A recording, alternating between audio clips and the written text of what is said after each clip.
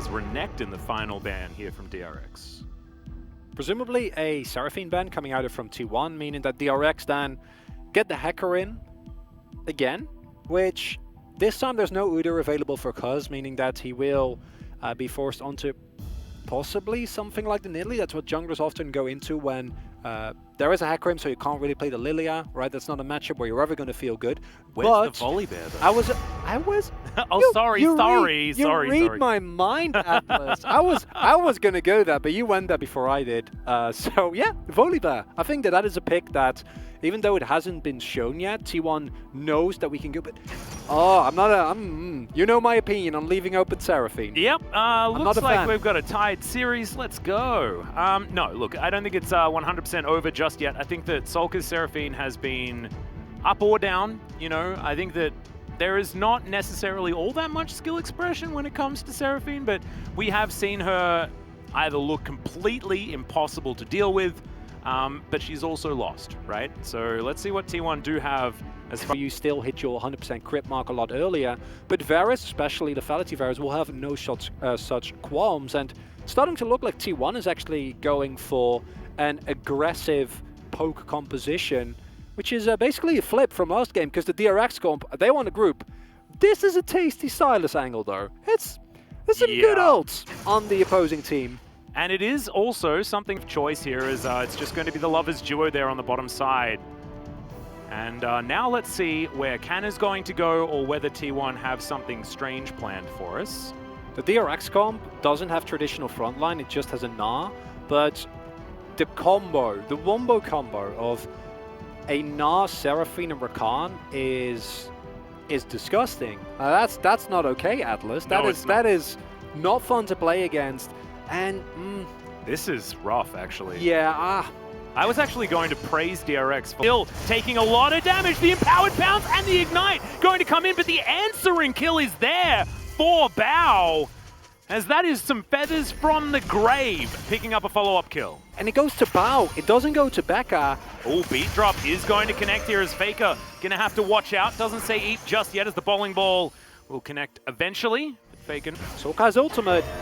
Yeah, does actually find it here onto Faker. The beat drop's going to connect as well, and Faker, you can't Kingslayer enough out of that one. The watch out Eve is not going to be watched out of, and Pyosik will be able to grab that one. Second kill for DRX, who have started off very well. And this is now Sulka being able to get plates on in from Pyosik. It's a very sleepy Rel, and they're looking to try and take her down. No flash available. Becca secures it. Now 3-1 in favor of DRX, and this bottom side that you said needed to win, still not winning for T1. They provide you with a lot of threat. Faker. Yeah, Becker is actually rotating in. The Encore just going to 100% miss, as Cuz looking for it one more time. Very dead is the Gnar, as Faker's just going to teleport out. Says goodbye to everyone, and now he's backing on the top side of the...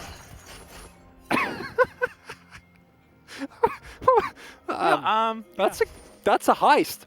Yeah, that's a successful one, as the top side play works out. Canna can just, like, chill up here. There's no tele, unless Seraphine is there healing everyone all the way back up again. So maybe late game it's going to be absolutely fine. But right now, it's good. Even then, just the heal from Rakan and the synergy that those two have. Guardian is still up. This is not an easy dive for T1. Featherstorm cleanse, all available. Well, there's a chance of corruption, as the Crashdown says goodbye to the Rakan. You said it's...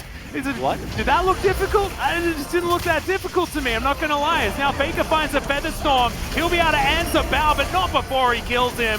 Throws that one out. The Feathers go a little bit further away, but he can't recall them anyway, so he doesn't even mind, as that's a big old Gnar into the wall. But you can see this. He does manage to grab the kill onto Canna, but now that's a very angry zombie that's looking for him, and Faker will pick this one up. I don't know how they do it chronically, but T1, they found this mid-game skirmish.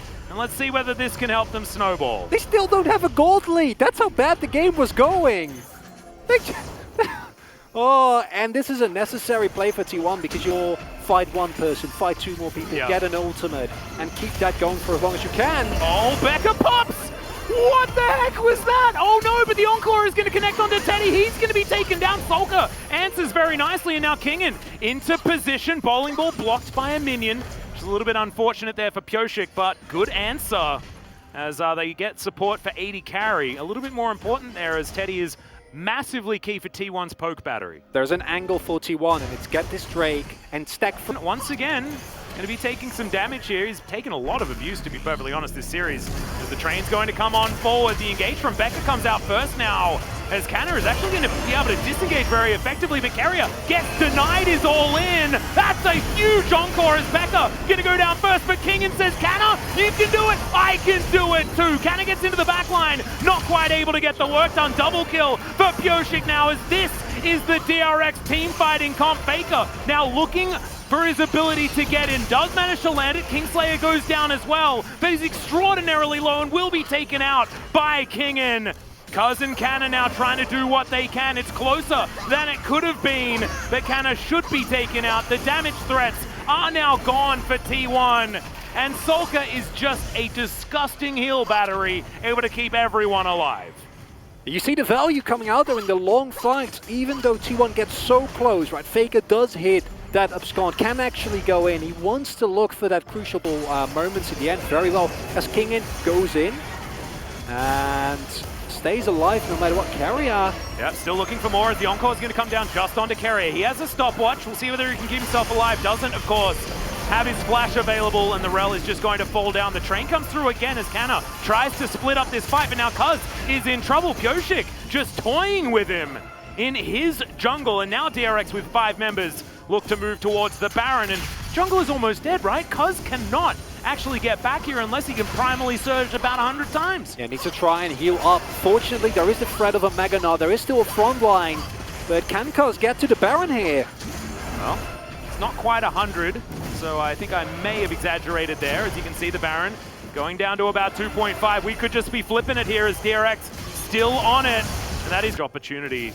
And the slower DRX play this, the smarter they are, as Bao is going to be tagged by that Q. Spear just pops What? What the hell was that? What? Okay, I guess that, I mean, maybe that's how you win. That's the counter siege. Do you know what you do? You one-shot people with your spears.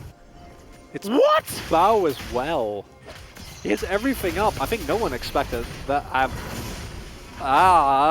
It ain't going to. I just don't know when it's not going to if Cuz does stuff like this. Oh my goodness. Look at that health bar. It's again, I said this jokingly, where I'm like, you know, if you blow him up in one go, as Teddy does finally get on over. But yeah, like, how do you even get here? But it might trade for soul. Well, let's see whether Canna can actually stop them from getting on in. This Baron is just dead. And now they have to try and get out of the area. The sleep comes through. There's the grand entrance as Canna tries to help him. Another spear going to find a victim as the Scion's taken down. Faker also dies very early, and now Teddy is by himself. He'll be taken out, and now T1 need to try and save the Barons. This is going to be Cloud Soul, but now Kingen looking for a little bit, but that tower already falls, and Solka is getting chunked down. Faker Kingslayering on top of Kingen here as the quickness is stolen away. He gets gnawed into the wall. Faker can still go golden, but he just doesn't. Oh no. Caught in the side lane. Does a teleport flank isn't really available here. When these piercing arrows hit, man, like, this is where it's dangerous. And Kingen says no, Teddy! Immediately QSS flash to get himself out. The encore is good, but Canna is tanking everything.